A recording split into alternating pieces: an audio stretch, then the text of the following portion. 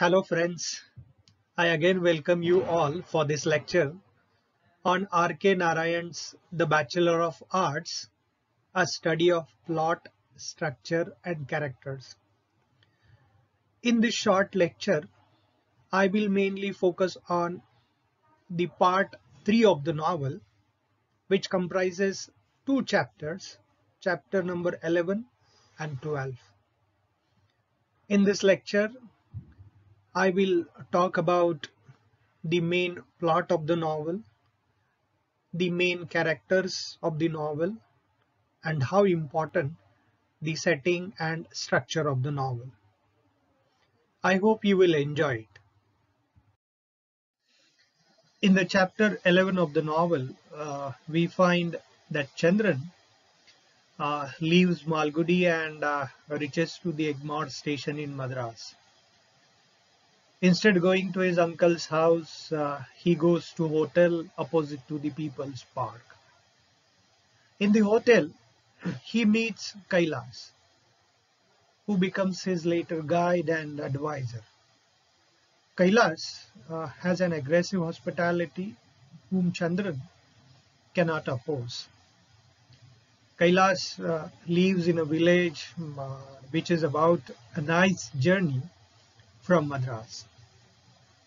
He occasionally comes to Madras in order to have a good time. He has two wives. He is 51 years old. But he has a very different philosophy of life.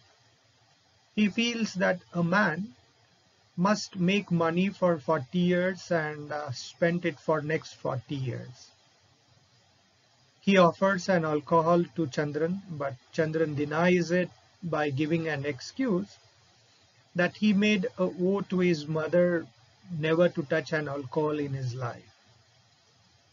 Both of them visit the prostitute's house at Min Street. Chandran wanders on the street of Madras, leaving behind his delightful heaven Malgudi.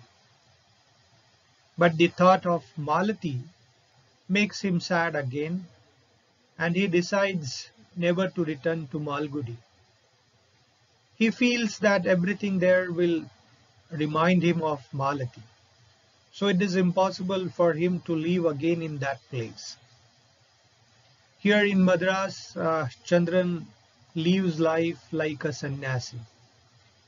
He sleeps on a pavement, then he decides to leave Madras immediately and gets a ticket for Bezwara. But he cancels his plan and gets down from the train and moves to Mailapur. There he meets a barber whose name is Ragavan.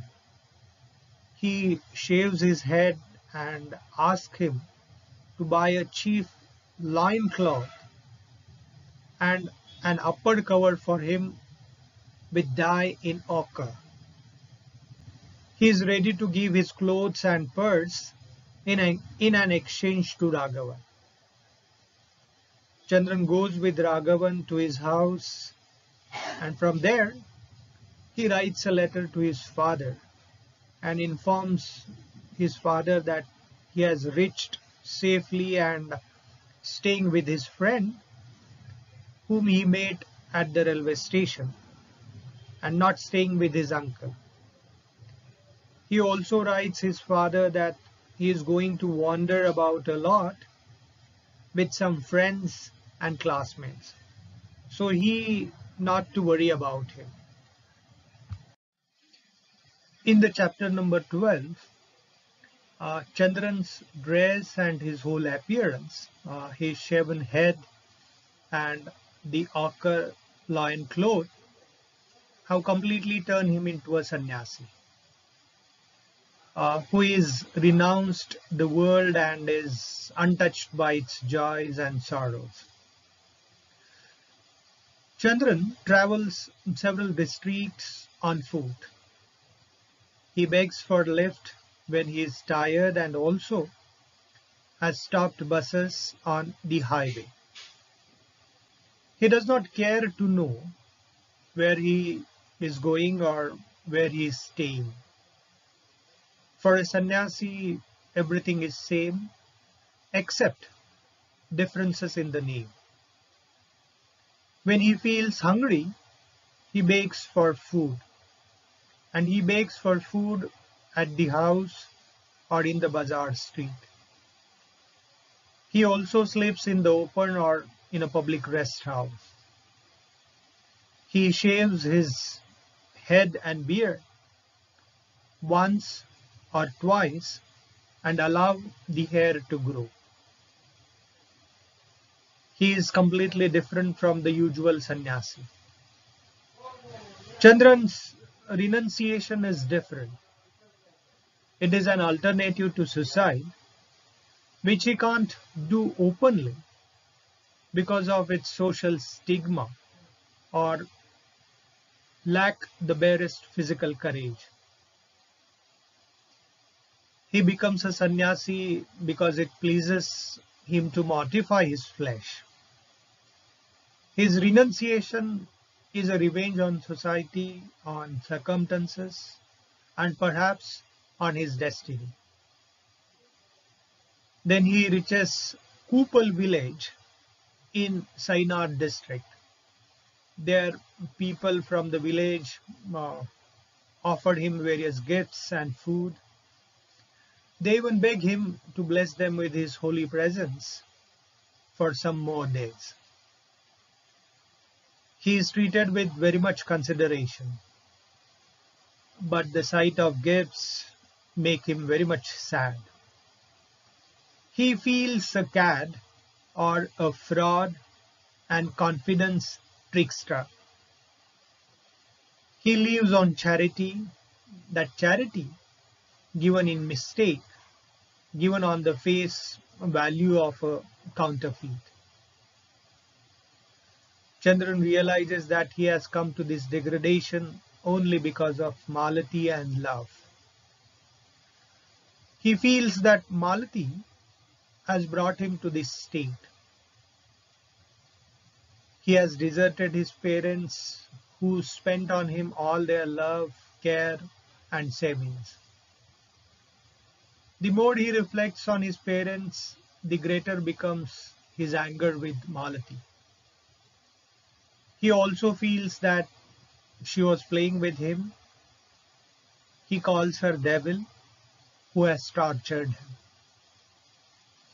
Even to love he calls a scorching madness that is ignited in our mind out of foolish literary notion.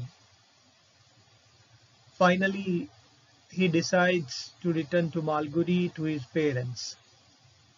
And from Maduram post office, he sends a telegram to his father and asks for money. He also shaves his head and beard and changes his clothes. He takes train from Maduram to Malgudi and reaches at Malgudi in the morning 2 days later. In this part 3, we find that Chandran has completely changed. His life passes through different vicissitudes. He got various kinds of experiences. He left his parents, left his place, and lived for 8 months in Madras. But there in Madras, he realizes that how he has ruined his life, how he has been brought to this degradation or this state of degradation. And finally, he decides to return back to Malgudi and settle in his own place. Thank you very much for watching this video. I hope you would have enjoyed it. Have a great time. Thank you.